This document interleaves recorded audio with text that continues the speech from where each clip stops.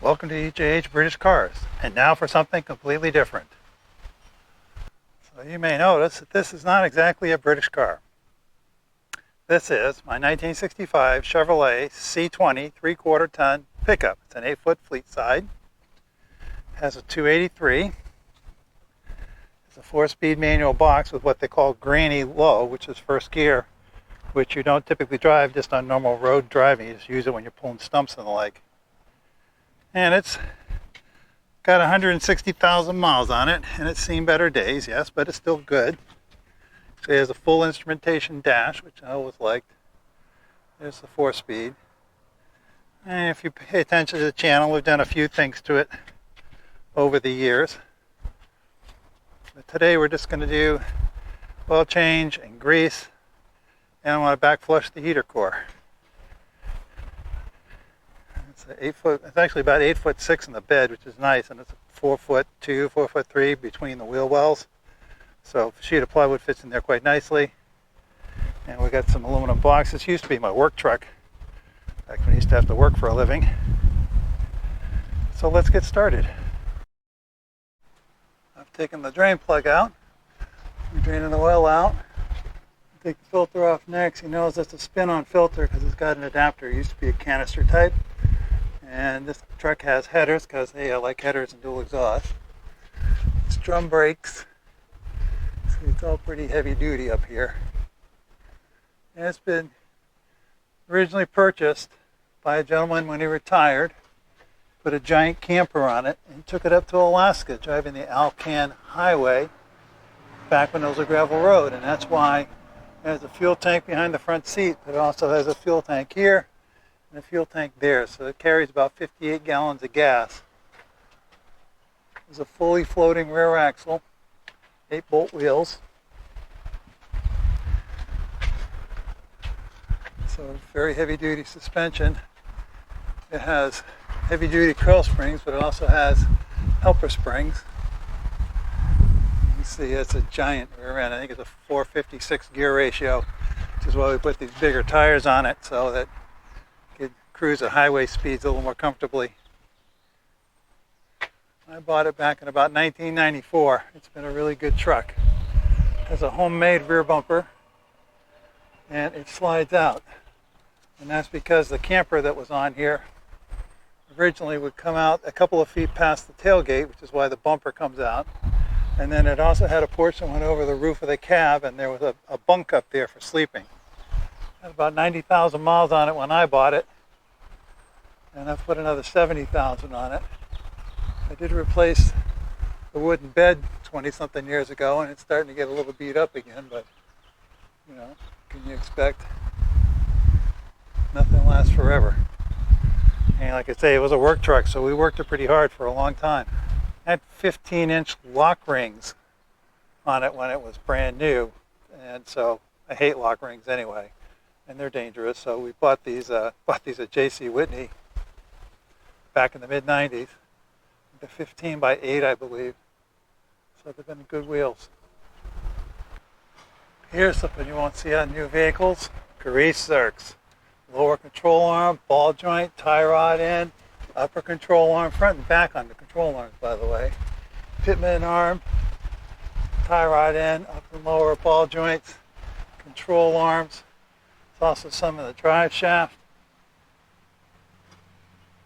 Another one in the pitman arm. We'll check the oil in the steering box while we're here. There's another one in the idler arm. So, you go to grease this truck, you probably should pack a lunch because you're going to be here a while. I thought I'd show you how to grease a U-joint. So this is what they call a grease needle. So it has a Zerk fitting in here, and it just goes on the grease gun, like so. And then you use this in the Zerk fitting. So we'll go over there and show you that.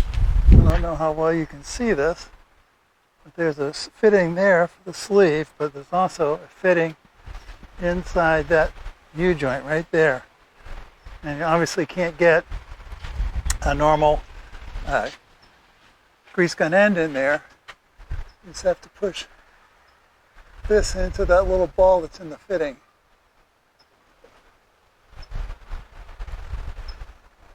Like that. And then you have to pump it, which I can't pump and film all at the same time, but you get the idea, because you've got to hold it in tight when you're doing this. You see there's a bit of grease around the fitting, but you also look up around the camps, there's a bit of grease coming out, and that was about 5 pumps. So it's surprising, considering how small that hole is, how well it goes in. And then this, we can just use the regular Zerk feeding on. I'm going to take the rear end fluid, 3/4 inch wrench, that's how big that plug is.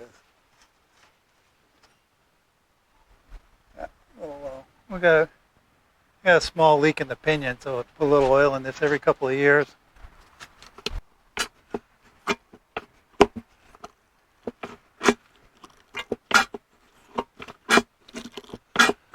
This jug's almost empty. I just finished back flushing the heater core.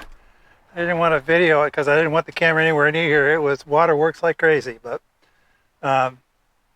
this is the heater core here.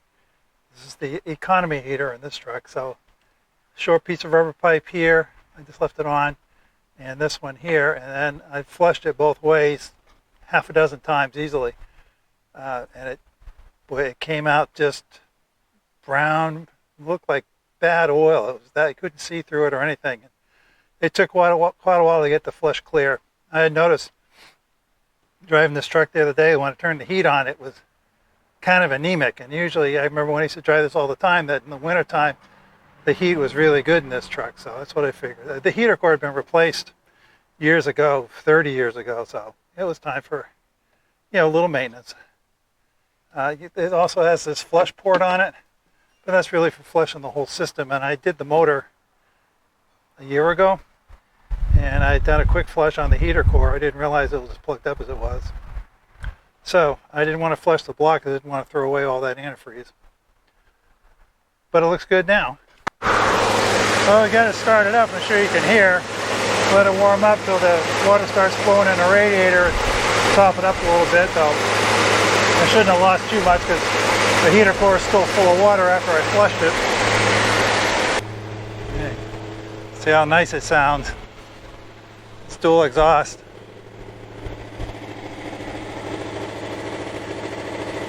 Got it in fast idle. It's got a manual choke, so it's in fast idle right now just so that it can warm up a bit faster. So the transmission and rear end are about 95% full, but I'm out of fluid. So for the little bit I'm going to use the truck, I'm not worried about it. I'll get some more next time I go to the parts store.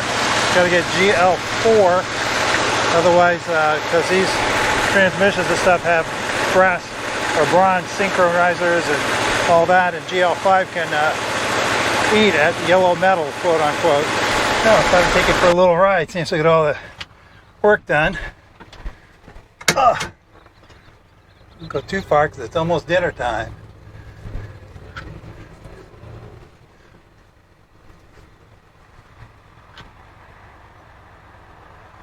This has been a really good truck. I mean, I've had it for 30 years now, and it's never let me down.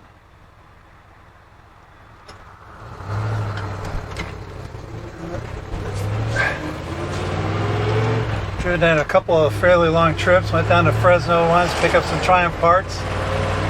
I've been up to Sacramento several times with it, so it's all a couple hundred miles round trip. Fresno is probably about 400 miles round trip, maybe 500 even. But it's not the best thing for the freeway. I mean, we're doing 1,000 RPMs. We're doing 30 miles an hour. I don't know. On the freeway, it seems we're doing about 3,000, and that's going pretty fast for this motor. Like I say, it's got 456 rear gears. I don't know how accurate this tach is. It's been in there 30 years. I paid $10 at J.C. Whitney for it, so.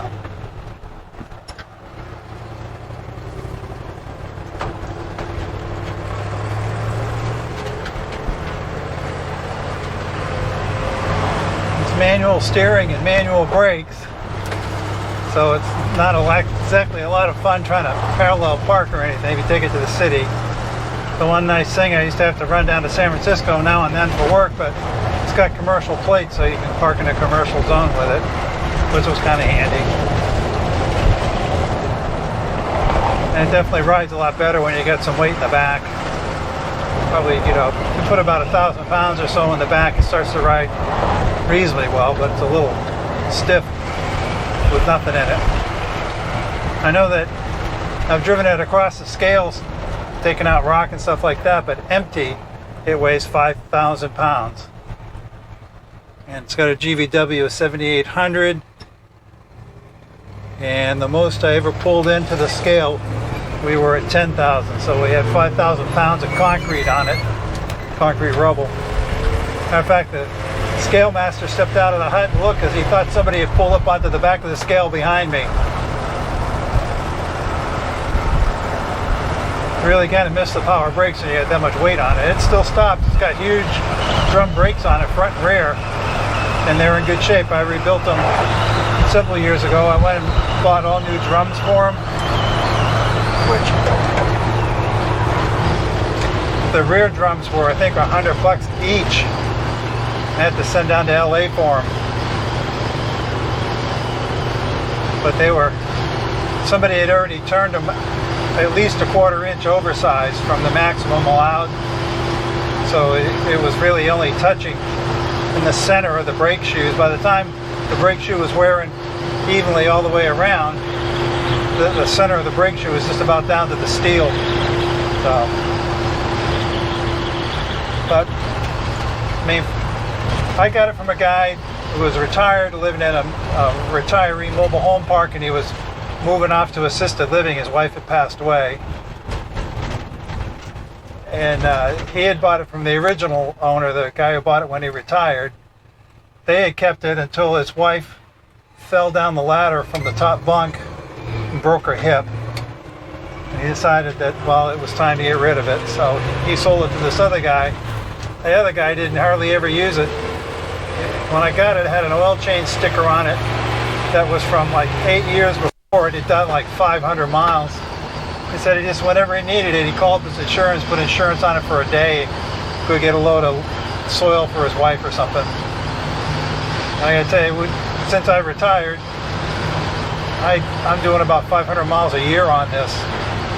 And the other day I went and got a load of loan for my wife with it. So it doesn't get driven too much anymore. It turned over 160,000 miles, and my thing with all the cars is I change the oil at 3,000 mile intervals, but this one gets so few miles, I do it every couple of years regardless, just to keep it good. But it's been good. I mean, I got it, they've been running unleaded gas in it without any additives, and the valves, when I took the valve springs off, you could wiggle the valves around in the guides like crazy. They were so worn. So I had a spare motor laying around and I threw it in. I drove on that for a couple of years, and then I took the original 283 and rebuilt it, and that was about 1997. And since then we've put, I don't know, 40,000 miles on it. That it runs really well. It's a 2-barrel manual choke. It's got the 4-speed granny. It gets about 14 miles to the gallon if you're being a little careful on a trip. I'm gonna say you do about 70. And boy, you don't really like going that fast with this. Just the motor's spinning too fast. I think it does about 20 miles an hour for every 1,000 RPMs. So at 3,500, that's pretty fast for long-term duration on a 60-year-old motor. So, I mean, when I first got it, I thought, at one point in time you could buy a unit that would go between the tail shaft and the rear end, and it was either over or underdrive, depending which way you put it in. So that if you were with a truck that was geared for the highway and you were towing big loads every now and then, you put it in so it would be a gear reduction. So it's almost like a two-speed or axle. And I thought about that, but you know, it's a lot of money. I didn't have a lot of money back then. And you know, most of the time I'm just driving. I don't usually drive it more than 20 miles at a time. You know, nowadays we take it to the dump, take it to Costco, take it to the landscaping yard.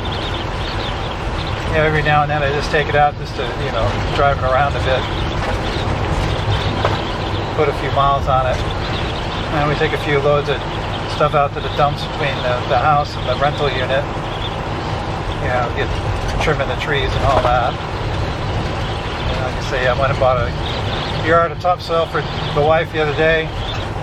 She's getting her planters ready for the summer. And you can get a yard for $50 instead of, you know, you buy the soil in the bags at the store. I think it's about $130 for a yard.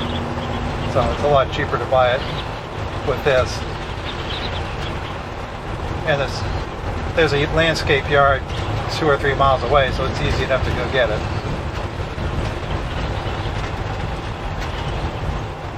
But like I say, it's always done everything I've asked for it. I mean, we've hauled concrete debris out. You know, when we bought all the Triumphs years ago, we hauled a big trailer on the back, and we take, you know, 2 cars, back end full of parts and everything else we could fit in to make this few loads, because we were hauling it down out of Sebastopol, which was, I don't know, 30, 35 miles each way. So it was just goes and goes and goes. You just keep putting gas in it, check the oil every now and then, and don't drive too fast. Make sure you've been riding your bicycle, because if you got a big load on, you need a lot of leg muscle to get it stopped. The brakes never fade. Boy, it takes a lot of energy. Thought about putting power brakes on it too, but you know, now where I'm doing 500 miles a year, it doesn't even seem, you know, it's like I fill it up with gas once a year kind of thing. I don't know. I'd say it's been a good truck. The wife keeps saying we should go buy a new one, but I don't see why. The little that we use it, you know, it doesn't owe me a penny. I paid $750 for it in 1994. You know, and I suppose that, you know, in the last 30 years I've spent a few $1,000s on it one way or another, but considering I've put 70,000 miles on it or more, you know, it's just, and I like it. You know, it's, I mean, I ride around in other people's new trucks, and yeah, they're really nice and they're comfy, but I still like this one. Done a lot of oddball things. I remember we were on a job site and they had a 20-foot steel storage container, you know, like they use on the ships, full of tools, and they needed to move it. It's like, how are we going to move it? How are we going to move it? I said, just chain it to the back of the truck.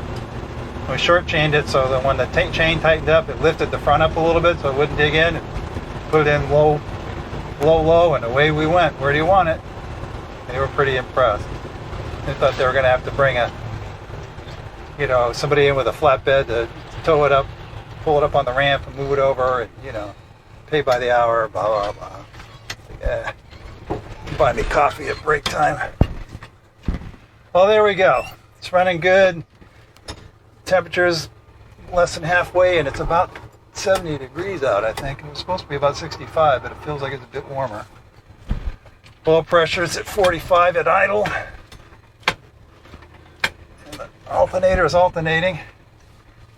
And the power steering is still not powering, because it doesn't have any. This is where you notice it parking. I hope you enjoyed that. I guess it was something a bit different, my old pickup truck.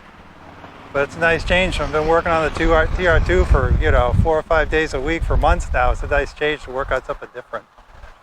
So don't forget to like, subscribe, and comment, and we will see you next time.